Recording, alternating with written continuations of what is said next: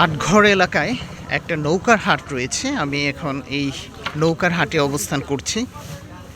এখানে নৌকা বিক্রি হয়।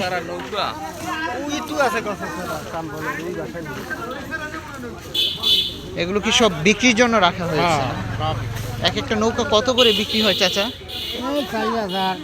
4,000, 5,000, ও আচ্ছা। 3,000।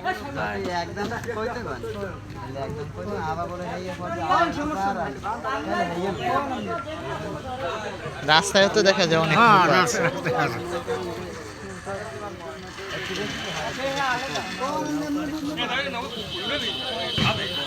আসলে বরিশাল অঞ্চলে এই নৌকার হাট হচ্ছে বেশ জমজমাট।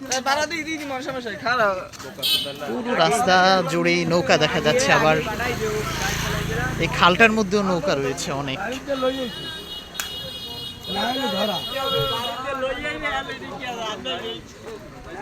এই প্রথমবারের মতো নৌকার হাটে আসছি।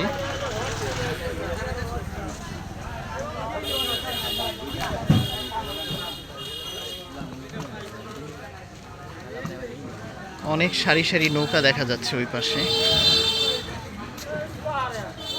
আপনাদের এখানে এই যে নৌকার হাট, এটা কবে বসে, কোন দিন বসে? মূলত শুক্রবারে বসে সকালে, শুক্রবার সোমবারে বসে। এই যে এখন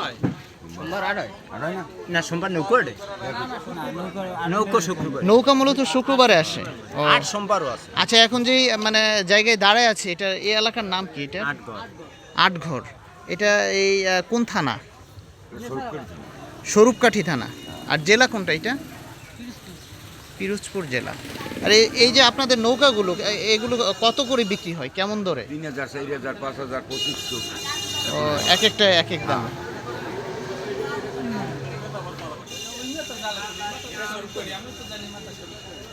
এই যে এই নৌকাটা, এটা কি কাঠ দিয়ে বানানো হয়েছে? রেন্ডি মেহগুনি, চাম্বল। আসলে বরিশাল এলাকাতে এই বেশিরভাগই হচ্ছে খাল নদী, যার জন্য চলাচলের একটা প্রধান বাহন হচ্ছে এই নৌকা। দেখেন রাস্তায়ও কিন্তু সারি সারি নৌকা সাজানো রয়েছে। ভ্যান থেকে নৌকাটি নামানো হচ্ছে।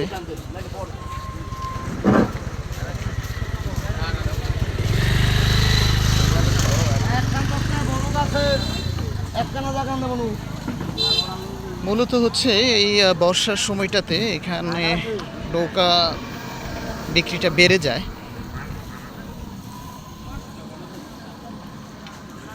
এই নৌকা কি চাচান নাকি? ও, এই নৌকা বানাইতে আপনার কেমন সময় লাগছে? একদিন লাগে একটা নৌকা।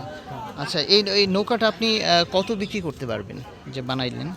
2,200। আর এটা আপনার খরচ পড়েছে কত? 14-1500 টাকা। এই নৌকা কি পানিতে নামাইলে কি লাল হয়ে যায় নাকি, বা ভিজাইলে? এটা কি ও রং করছে না? এরকম রং করে। ও, তুমিও কি নৌকা বানাইতে পারো? আচ্ছা, কিনতে আসছি। ও, এই যে নৌকাটা কিনলা, এটা দিয়ে কি মানে যাত্রী পারাপার করবা না অন্য কোনো কাজে? ঘাস কাটার জন্য। ছাগল গরুর লাগে। চট্টর থেকে ঘাস কাটো? ঘাস কাটে, কেউ মাছ মারে, কেউ তরকারি। না, মোরা ঘাস কাট না, গরু আছে, 4-5টা ছাগল আছে।